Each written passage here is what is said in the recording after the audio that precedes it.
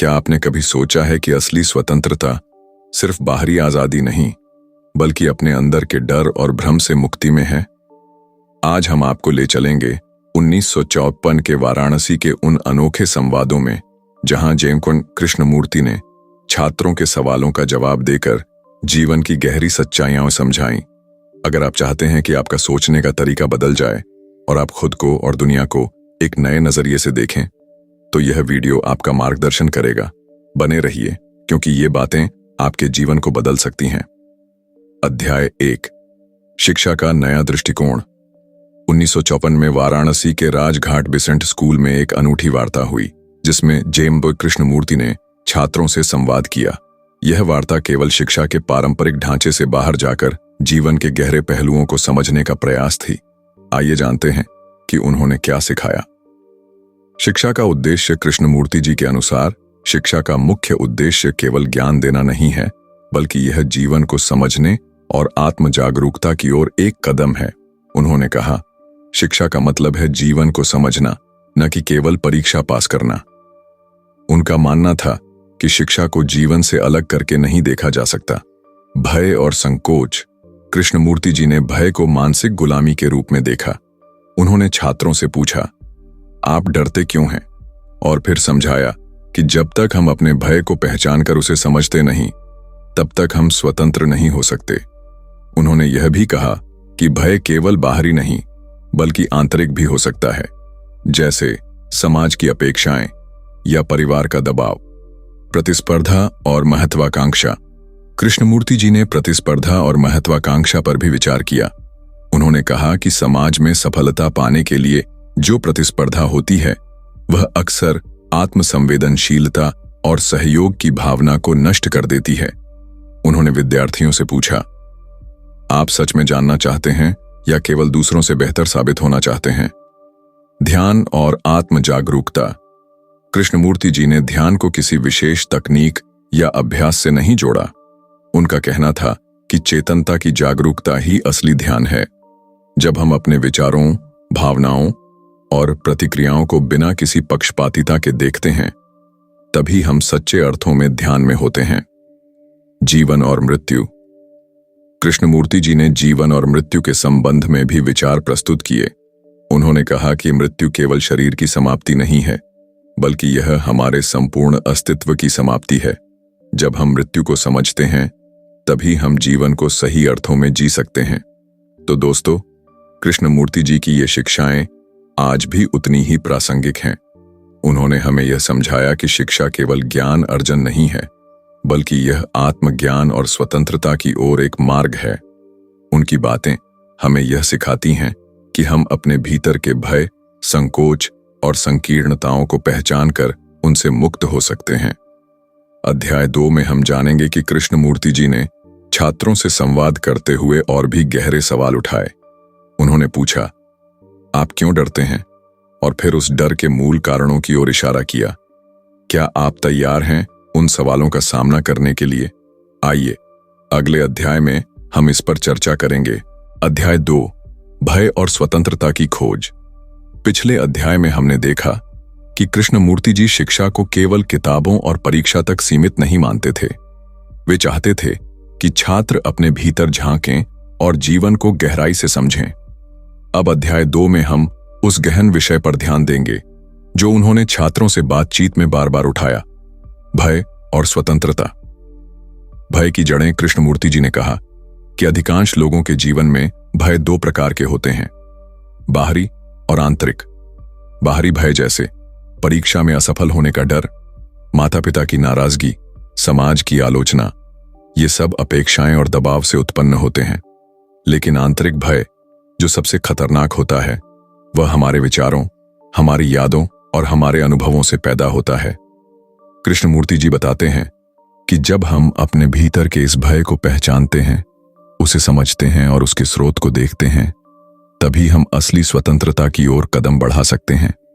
वे अक्सर छात्रों से पूछते थे, क्या आप जानते हैं कि आप किससे डरते हैं? और क्या आप जानते हैं कि वह डर क्यों उत्पन्न हुआ? यह सवाल छात्रों को अपने भीतर झांकने और आत्म जागरूक होने के लिए प्रेरित करता था। स्वतंत्रता का अर्थ कृष्णमूर्ति जी के अनुसार स्वतंत्रता केवल बाहरी दुनिया से मुक्ति नहीं है। अगर आप बाहरी रूप से स्वतंत्र हैं, लेकिन आपके भीतर भय, संकोच और तनाव है, तो आप वास्तव में स्वतंत्र नहीं हैं। वे कहते हैं, स्वतंत्र वह है जो बिना डर और बाधाओं के सोचता है, महसूस करता है और कार्य करता है। इसका मतलब यह है कि हमारी सोच, हमारी भावनाएं और हमारी इच्छाएं केवल बाहरी दबाव से नहीं, बल्कि भीतर के भय और भ्रम से भी मुक्त होनी चाहिए। यह विचार छात्रों के लिए नया और चुनौतीपूर्ण था। अधिकतर लोग केवल बाहरी स्वतंत्रता के बारे में सोचते हैं, जैसे कि पैसे, नौकरी या सामाजिक स्थिति। लेकिन कृष्णमूर्ति जी का दृष्टिकोण यह था कि जब तक हम अपने अंदर के मानसिक बंधनों को नहीं पहचानते, तब तक बाहरी स्वतंत्रता कोई मायने नहीं रखती। भय के साथ सामना करना। कृष्णमूर्ति जी ने यह भी बताया कि डर से भागना समाधान नहीं है, डर का सामना करना ही उसका अंत करता है। वे कहते थे, जब आप डर का सामना करते हैं, उसे ध्यानपूर्वक देखते हैं, बिना उसे दबाए या अस्वीकार किए, तब आप देखेंगे कि डर का आकार धीरे धीरे छोटा हो जाता है। डर केवल तब तक शक्तिशाली रहता है जब आप उससे भागते हैं। इस प्रक्रिया को वे सचेत जागरूकता कहते थे। यह ध्यान या किसी तकनीक का नाम नहीं है, यह बस अपने विचारों, भावनाओं और प्रतिक्रियाओं को पूरी ईमानदारी और खुलेपन के साथ देखने की कला है। स्वतंत्रता और भय का संबंध। कृष्णमूर्ति जी का मानना था कि भय और स्वतंत्रता आपस में जुड़े हैं। जितना हम अपने भय को समझेंगे और उससे मुक्त होंगे, उतना ही हमारी वास्तविक स्वतंत्रता बढ़ेगी।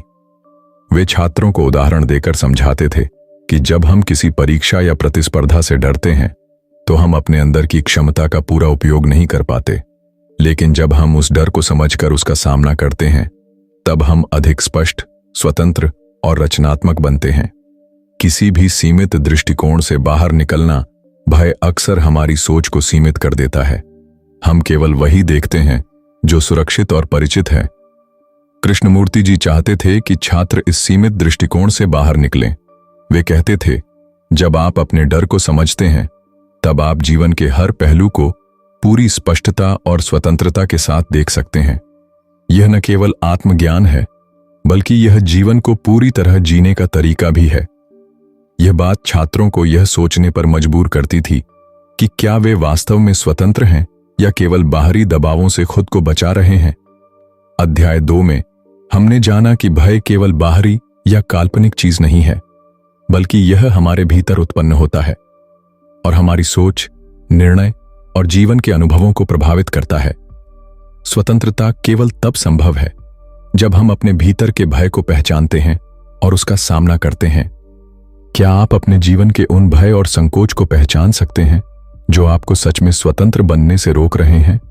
और क्या आप तैयार हैं उनसे पूरी तरह सामना करने के लिए? अगले अध्याय में हम देखेंगे कि कृष्णमूर्ति जी ने छात्रों को यह समझाने के लिए कौन कौन से उपकरण और दृष्टिकोण दिए, ताकि वे अपने डर और भ्रम को दूर कर वास्तविक स्वतंत्रता प्राप्त कर सकें। अध्याय 3, चेतना और आत्म जागरूकता का मार्ग। पिछले अध्याय में हमने देखा कि कृष्णमूर्ति ने भय और स्वतंत्रता के गहरे पहलुओं पर छात्रों के साथ संवाद किया। वे बार बार कहते थे कि जब तक हम अपने भीतर के भय और संकोच को नहीं समझते, तब तक हम सच्ची स्वतंत्रता का अनुभव नहीं कर सकते। अब अध्याय 3 में हम उस मार्ग पर ध्यान देंगे जिसे वे चेतना और आत्म जागरूकता कहते थे, जीवन को पूरी तरह समझने और जीने का तरीका। चेतना का अर्थ। कृष्णमूर्ति जी कहते थे कि चेतना सिर्फ जागरूक होना नहीं है, यह केवल देखने और सुनने का साधारण अर्थ नहीं रखती। चेतना का मतलब है अपने भीतर की हर प्रतिक्रिया, हर भावना और हर विचार को बिना किसी पक्षपातिता या डर के समझना। वे उदाहरण देते थे, जब आप गुस्सा महसूस करते हैं, तो क्या आप जानते हैं कि वह गुस्सा क्यों आया? क्या आपने उसके पीछे के कारणों को देखा? क्या यह आपका अतीत है, किसी का शब्द या केवल आपकी कल्पना? चेतना का यह स्तर हमें अपनी प्रतिक्रियाओं और आदतों का निरीक्षण करने की क्षमता देता है। यह हमें अपने भीतर की सच्चाई से मिलने और उसे समझने का अवसर प्रदान करता है। आत्म जागरूकता की आवश्यकता। कृष्णमूर्ति जी ने आत्म जागरूकता को किसी धार्मिक या आध्यात्मिक अभ्यास से जोड़कर नहीं देखा। उनके लिए यह एक साधारण लेकिन गहन प्रक्रिया थी अपने विचारों को समझना। हम जो सोचते हैं वह क्यों सोचते हैं? भावनाओं का निरीक्षण, हमारा दुहक, गुस्सा या भय किस कारण उत्पन्न हुआ? प्रतिक्रियाओं को पहचानना, जब हम किसी स्थिति पर प्रतिक्रिया करते हैं तो वह हमारी असली सोच और विश्वासों से मेल खाती है या केवल सामाजिक दबाव से? जब छात्र यह अभ्यास करते हैं तो वे अपने भीतर के भ्रम और बंधनों को पहचानने लगते हैं। इससे उनका मन शांत होता है और वे निर्णय लेने में अधिक स्पष्ट और स्वतंत्र बनते हैं। भय, चेतना और स्वतंत्रता का संबंध। जैसा कि हमने पिछले अध्याय में देखा, भय हमारी स्वतंत्रता को रोकता है, लेकिन चेतना के माध्यम से हम उस भय को पहचान सकते हैं और उसके प्रभाव को कम कर सकते हैं। कृष्णमूर्ति जी बताते थे कि जब आप अपने भय का निरीक्षण करते हैं, उसे समझते हैं और उसके पीछे के कारण को देखते हैं, तब आप उसे नियंत्रित कर सकते हैं। यह नियंत्रित करना मतलब डर को दबाना नहीं, बल्कि उसे पूरी तरह समझना और उससे सीखना है। उदाहरण के लिए, एक छात्र परीक्षा में डर महसूस करता है। अगर वह केवल डर को दबाता है या उसे अनदेखा करता है तो वह बार बार तनाव और असफलता का सामना करेगा। लेकिन अगर वह समझे कि डर क्यों आया, वह क्या संदेश दे रहा है और उसका वास्तविक कारण क्या है, तो वह उस स्थिति में अधिक स्पष्ट और शांतिपूर्ण ढंग से कार्य कर सकता है। साक्षी भाव का अभ्यास। कृष्णमूर्ति जी ने एक और महत्वपूर्ण दृष्टिकोण बताया जिसे वे कहते थे साक्षी भाव। इसका अर्थ है कि हम अपने विचारों, भावनाओं और परिस्थितियों को केवल देखते हैं, पर उनके साथ पहचान नहीं बनाते। उदाहरण, अगर आप गुस्सा महसूस कर रहे हैं तो आप यह कह सकते हैं, मैं गुस्सा महसूस कर रहा हूं। आप गुस्से के साथ खुद को जोड़कर यह नहीं सोचते, मैं गुस्से वाला व्यक्ति हूं। साक्षी भाव हमें हमारी भावनाओं और विचारों का निरीक्षण करने की क्षमता देता है, बिना किसी न्याय या डर के। यह अभ्यास धीरे धीरे हमारे मन को स्वतंत्र और स्पष्ट बनाता है। चेतना का जीवन में उपयोग। कृष्णमूर्ति जी केवल विचारों तक सीमित नहीं रहते थे। वे चाहते थे कि चेतना का अभ्यास जीवन में सीधे रूप से दिखाई दे। दोस्तों और परिवार के साथ संबंधों में वे कहते थे कि अगर आप सच में जागरूक हैं तो आप अधिक समझदार और सहानुभूतिपूर्ण बनेंगे। कार्यस्थल या अध्ययन में चेतना आपको अपने निर्णयों में स्पष्टता और संतुलन देती है। जीवन की कठिनाइयों में चेतना आपको डर या हताशा में फंसने के बजाय समाधान की दिशा दिखाती है। वे बार बार छात्रों से कहते थे, आप केवल अभ्यास से ही नहीं सीखते, जीवन को पूरी ईमानदारी से देखने से ही आप सच में समझते हैं। आत्म जागरूकता के लाभ। 1. अंदर की शांति। जब आप अपने भीतर की प्रक्रियाओं को समझते हैं तो आप अधिक शांत और संतुलित महसूस करते हैं। 2. स्पष्ट निर्णय। भय और भ्रम के बिना आप निर्णय लेने में अधिक स्पष्ट और स्वतंत्र होते हैं। 3. संपूर्ण समझ। आप अपने और दूसरों के व्यवहार को बेहतर ढंग से समझते हैं, जिससे संबंध मजबूत होते हैं। 4. जीवन में सक्रियता। आप जीवन के हर अनुभव में पूरी तरह उपस्थित रहते हैं, न कि केवल प्रतिक्रियाशील। इस अध्याय में हमने जाना कि चेतना और आत्म जागरूकता ही वास्तविक स्वतंत्रता की कुंजी है। भय केवल तब तक शक्तिशाली रहता है जब हम उसकी पहचान नहीं करते। चेतना हमें अपने विचारों, भावनाओं और प्रतिक्रियाओं का निरीक्षण करने की क्षमता देती है। कृष्णमूर्ति जी का यह मार्ग सरल लगता है, लेकिन गहन है। यह केवल ज्ञान नहीं देता, बल्कि जीवन को पूरी तरह जीने का तरीका सिखाता है। अगले अध्याय में हम देखेंगे कि कृष्णमूर्ति जी ने छात्रों को अपने मन के भ्रम और मानसिक संघर्षों से कैसे निपटने के लिए मार्गदर्शन दिया। तो सवाल यह है, क्या आप तैयार हैं यह जानने के लिए कि आपके मन के भीतर कौन कौन से भ्रम और आदतें आपको रोक रही हैं और आप उन्हें कैसे पहचान सकते हैं? अध्याय 4, मन के भ्रम और मानसिक संघर्षों से मुक्ति। पिछले अध्याय में हमने देखा कि चेतना और आत्म जागरूकता हमें वास्तविक स्वतंत्रता की ओर ले जाते हैं, लेकिन जीवन में केवल जागरूक होना ही पर्याप्त नहीं है। हमारे मन में कई ऐसे भ्रम और मानसिक संघर्ष होते हैं जो हमारी सोच, निर्णय और जीवन के अनुभवों को प्रभावित करते हैं। अध्याय 4 में हम जानेंगे कि कृष्णमूर्ति ने छात्रों को इन मानसिक संघर्षों को पहचानने और उनसे मुक्त होने के लिए क्या मार्गदर्शन दिया। मन के भ्रम क्या हैं? कृष्णमूर्ति जी के अनुसार हमारे मन में अक्सर हम यह सोचते हैं कि हमारी पहचान, हमारे विचार और हमारी भावनाएं निश्चित और स्थायी हैं, लेकिन यह केवल भ्रम है। उदाहरण के लिए आप सोच सकते हैं कि मैं हमेशा डरपोक हूं या मैं सफल नहीं हो सकता। ये विचार वास्तविकता नहीं है। ये आपके पिछले अनुभवों, समाज की अपेक्षाओं और अपने भीतर की सीमाओं से उत्पन्न होते हैं। कृष्णमूर्ति जी बताते थे कि जब हम इस भ्रम को पहचानते हैं तब हम समझ पाते हैं कि हमारी असली शक्ति और स्वतंत्रता इन विचारों से बाधित नहीं है। मानसिक संघर्षों की पहचान। कृष्णमूर्ति जी कहते थे कि मन की उलझनों और संघर्षों को केवल दबाकर या अनदेखा करके हल नहीं किया जा सकता। हमें उन्हें समझना और देखने की आवश्यकता है। वे छात्रों से पूछते थे, जब आप क्रोधित होते हैं तो वह क्रोध क्यों उत्पन्न होता है? क्या यह आपकी वास्तविक भावना है या किसी अतीत के अनुभव या सामाजिक अपेक्षा का असर है? इस तरह के सवाल हमारे भीतर गहरी जागरूकता पैदा करते हैं। हम केवल अपने अनुभवों का निरीक्षण नहीं करते, बल्कि उनके पीछे के कारण को भी समझते हैं। भ्रम से मुक्त होने की कला। कृष्णमूर्ति जी ने छात्रों को 3 मुख्य दृष्टिकोण दिए जिनसे वे अपने मन के भ्रम से मुक्त हो सकते हैं। 1. स्वयं अवलोकन, सेल्फ ऑब्जर्वेशन। यह अभ्यास हमें अपने विचारों, भावनाओं और प्रतिक्रियाओं को केवल देखने की क्षमता देता है। इसमें कोई न्याय या आलोचना नहीं होती। जैसे अगर आप नाराज हैं तो आप केवल यह नोट करें कि आप नाराज हैं, न कि यह सोचें कि मैं बुरा हूं। 2. साक्षी भाव, विटनेसिंग। जैसा कि पिछले अध्याय में बताया गया, साक्षी भाव हमें अपने अनुभवों और भावनाओं का निरीक्षण करने की क्षमता देता है, बिना उन्हें अपने आत्म से जोड़ने के। यह अभ्यास मन के भ्रम और संघर्षों को स्पष्ट रूप से देखने में मदद करता है। 3.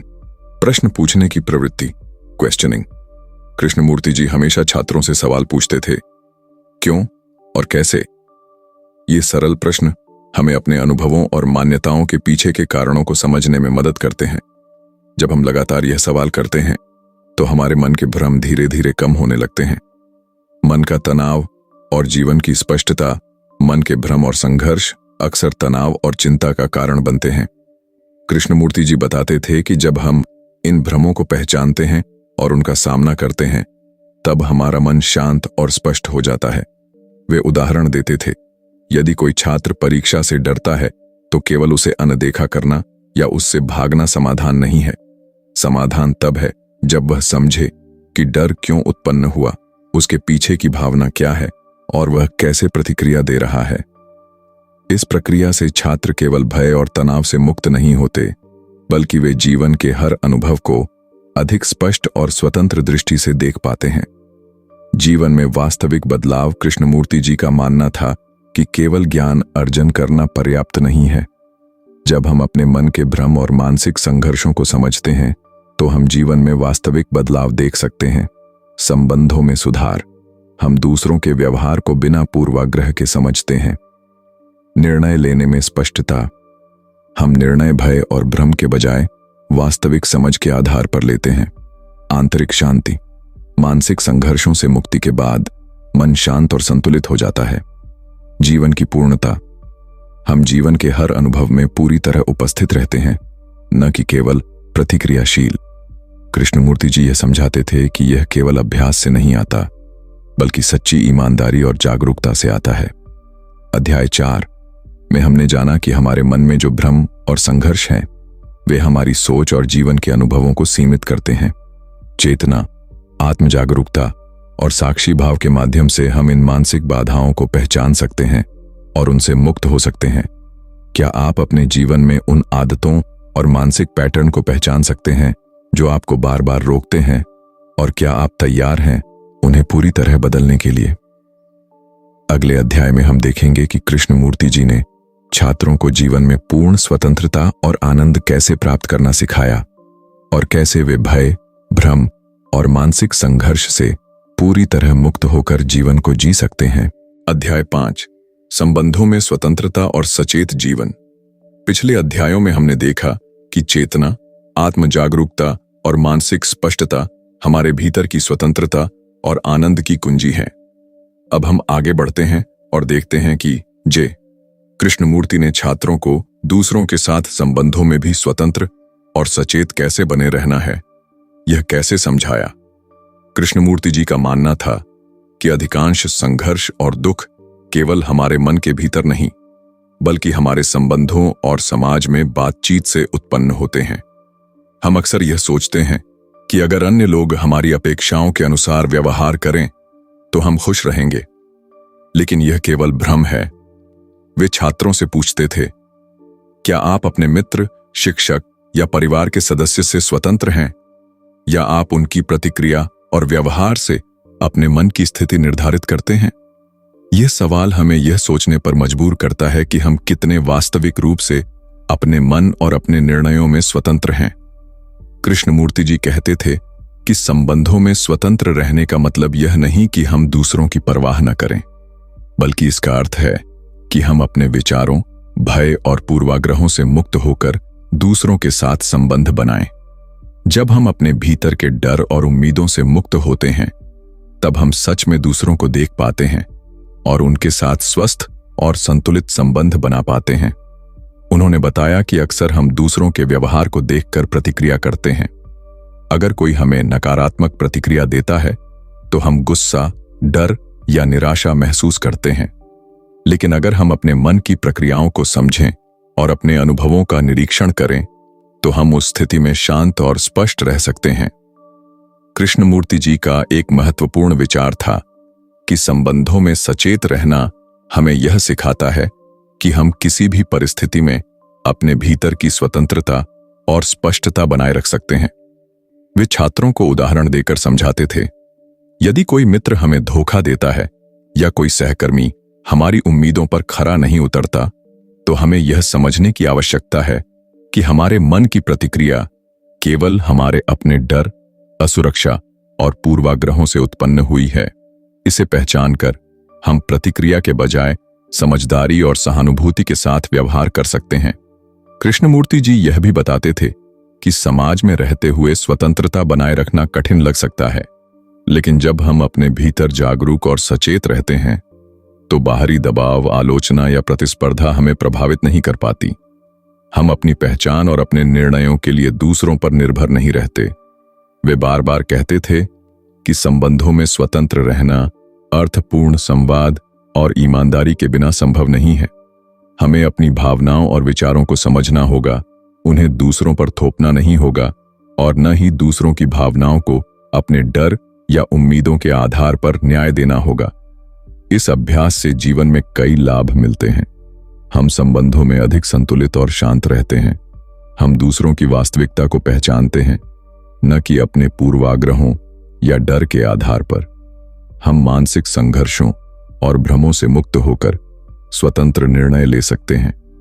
हमारे अनुभव जीवन में अधिक स्पष्ट, संतुलित और आनंदपूर्ण बन जाते हैं। कृष्णमूर्ति जी का मानना था कि यह केवल ज्ञान अर्जन करने या किसी तकनीक का अभ्यास करने से नहीं आता। यह जीवन के हर अनुभव को पूरी ईमानदारी और जागरूकता के साथ देखने से उत्पन्न होता है। इस अध्याय का निष्कर्ष यह है कि संबंधों और समाज में रहते हुए भी स्वतंत्र और सचेत रहना संभव है, यदि हम अपने भीतर की चेतना, आत्म जागरूकता और साक्षी भाव का अभ्यास करते हैं। जब हम अपने मन के भ्रम, भय और पूर्वाग्रहों को पहचानते हैं, तब हम हर परिस्थिति में संतुलित, स्वतंत्र और खुशहाल रह सकते हैं। क्या आप तैयार हैं यह जानने के लिए कि जीवन में सच्ची स्वतंत्रता और आनंद प्राप्त करने के लिए आप अपने भीतर और बाहर के अनुभवों को कैसे एकीकृत कर सकते हैं और अपने पूरे जीवन को जागरूकता और समझ के साथ कैसे जी सकते हैं? कैसे? अध्याय 6, जीवन को एकीकृत करना, सच्ची स्वतंत्रता और आनंद। पिछले अध्याय में हमने देखा कि दूसरों के साथ संबंधों में सचेत और स्वतंत्र रहना संभव है, यदि हम अपने भीतर की जागरूकता बनाए रखें। अब हम उस अंतिम पहलू पर ध्यान देंगे जिसे कृष्णमूर्ति जी ने बार बार छात्रों के सामने रखा, अपने भीतर और बाहरी जीवन को एकीकृत करके सच्ची स्वतंत्रता और आनंद प्राप्त करना। कृष्णमूर्ति जी कहते थे कि अधिकांश लोग अपने जीवन को टुकड़ों में देखते हैं। वे काम, पढ़ाई, परिवार, मित्र और व्यक्तिगत समय को अलग अलग समझते हैं। लेकिन वास्तविक जीवन केवल तभी पूर्णता और स्पष्टता से अनुभव होता है जब हम इसे संपूर्णता में देखते हैं और जीते हैं। वे छात्रों से पूछते थे, क्या आप अपने जीवन के हर अनुभव को अलग अलग मानकर जी रहे हैं, या आप समझ रहे हैं कि हर घटना, हर व्यक्ति और हर परिस्थिति एक दूसरे से जुड़ी हुई है? यह सवाल हमें यह सोचने पर मजबूर करता है कि हम अपने अनुभवों को केवल प्रतिक्रियाशील रूप में देख रहे हैं या उनके पीछे की गहराई को समझ रहे हैं। कृष्णमूर्ति जी का दृष्टिकोण यह था कि असली स्वतंत्रता तभी आती है जब हम अपने भीतर और बाहर के अनुभवों को समझते हुए उन्हें एकीकृत करें। इसका मतलब यह नहीं कि हमें हर चीज को नियंत्रित करना है, बल्कि हमें अपने अनुभवों के प्रति पूर्ण जागरूकता और स्पष्टता बनाए रखनी है। वे छात्रों को बताते थे कि भय, संकोच, मानसिक संघर्ष और बाहरी दबाव केवल तभी हमारी स्वतंत्रता को बाधित करते हैं जब हम उन्हें अलग अलग भागों की तरह देखते हैं। जब हम अपने अनुभवों को समझते हैं और उन्हें पूरी तरह स्वीकार करते हैं, तब भय और तनाव धीरे धीरे कम हो जाते हैं। कृष्णमूर्ति जी इस प्रक्रिया को सरल उदाहरण से समझाते थे। मान लीजिए कि कोई व्यक्ति काम में असफल होता है। अगर वह केवल इस असफलता को अलग अलग घटनाओं की तरह देखेगा तो उसके मन में निराशा और डर उत्पन्न होंगे। लेकिन अगर वह समझे कि यह अनुभव उसके जीवन का एक हिस्सा है और इसे दूसरों के अनुभव और अपने भीतर के डर और पूर्वाग्रह से जोड़कर देखे, तो वह इस स्थिति को स्पष्टता और समझ के साथ स्वीकार कर पाएगा। इस प्रकार जीवन के हर पहलू, संबंध, कार्य, शिक्षा, सामाजिक गतिविधियां और व्यक्तिगत समय एक दूसरे से जुड़े हुए हैं। जब हम इन्हें अलग अलग नहीं बल्कि एक जागरूक और एकीकृत दृष्टिकोण से देखते हैं, तब हमारा मन शांत, स्वतंत्र और स्पष्ट हो जाता है। कृष्णमूर्ति जी कहते थे कि यह केवल ज्ञान या तकनीक का अभ्यास नहीं है, यह जीवन को पूरी ईमानदारी, जागरूकता और समझ के साथ जीने का तरीका है। जब हम हर अनुभव को पूरी तरह महसूस करते हैं और उसके पीछे की वास्तविकता को समझते हैं, तब हम जीवन में सच्ची स्वतंत्रता और आनंद प्राप्त करते हैं। वे छात्रों से अक्सर पूछते थे कि क्या आप अपने भीतर के अनुभवों और बाहरी जीवन को अलग अलग मानकर जी रहे हैं, या आप समझ रहे हैं कि वे सभी एक दूसरे से जुड़े हुए हैं। यही जागरूकता हमें मानसिक संघर्षों से मुक्त करती है और जीवन में वास्तविक संतुलन और शांति लाती है। अध्याय का निष्कर्ष यह है कि सच्ची स्वतंत्रता और आनंद केवल तब प्राप्त होते हैं जब हम अपने भीतर और बाहर के अनुभवों को एकीकृत, जागरूक और समझदारी के साथ जीते हैं। यह अभ्यास हमारे मन को स्पष्ट, शांत और स्वतंत्र बनाता है। क्या आप तैयार हैं यह जानने के लिए कि इस जागरूक और एकीकृत जीवन को रोजमर्रा की गतिविधियों में कैसे लागू किया जा सकता है, ताकि हर दिन का अनुभव आपको अधिक स्वतंत्र, संतुलित और आनंदपूर्ण बना सके? अध्याय 7, जागरूक जीवन को रोजमर्रा में लागू करना। पिछले अध्याय में हमने जाना कि सच्ची स्वतंत्रता और आनंद तब संभव है जब हम अपने भीतर और बाहरी जीवन के अनुभवों को एकीकृत और जागरूक दृष्टिकोण से जीते हैं। अब हम देखेंगे कि कृष्णमूर्ति ने छात्रों को यह समझाने के लिए क्या मार्गदर्शन दिया कि इस जागरूकता को हमारे रोजमर्रा के जीवन में कैसे लागू किया जा सकता है। कृष्णमूर्ति जी कहते थे कि जागरूकता केवल विचारों या ध्यान तक सीमित नहीं है। यह हर दिन की छोटी छोटी क्रियाओं, हमारी बातचीत और निर्णयों में प्रकट होती है। हमारे रोजमर्रा के काम जैसे पढ़ाई, काम, परिवार के साथ समय, दोस्तों के साथ संबंध, सभी अवसर हैं अपनी चेतना और जागरूकता को विकसित करने के लिए। वे छात्रों से पूछते थे, क्या आप हर काम को केवल काम समझकर कर रहे हैं, या आप उसमें पूरी तरह उपस्थित और सचेत हैं?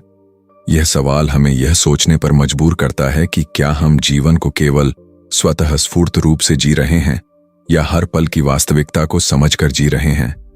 कृष्णमूर्ति जी ने 3 मुख्य तरीके बताए जिनसे हम जागरूकता को दैनिक जीवन में उतार सकते हैं। पहला, कार्यों में पूर्ण उपस्थित रहना। जब आप कोई भी काम करते हैं, चाहे वह पढ़ाई हो, घर के काम हो या कोई परियोजना, पूरी तरह उस काम में उपस्थित रहें। अपने मन को विचलित न होने दें। यदि आप सचेत और पूरी तरह उपस्थित हैं, तो आपका काम अधिक स्पष्ट, सटीक और संतोषजनक होगा। दूसरा, भावनाओं और प्रतिक्रियाओं को निरीक्षण करना। हर दिन हमारे मन में विभिन्न भावनाएं आती हैं, गुस्सा, चिंता, आनंद, प्रेम। कृष्णमूर्ति जी कहते थे कि इन भावनाओं को दबाने या अनदेखा करने की बजाय उन्हें समझें और देखें कि वे क्यों उत्पन्न हुई हैं। जब हम अपनी भावनाओं का निरीक्षण करते हैं तो हम अधिक संतुलित और स्वतंत्र बनते हैं। तीसरा, संबंधों में सचेत होना।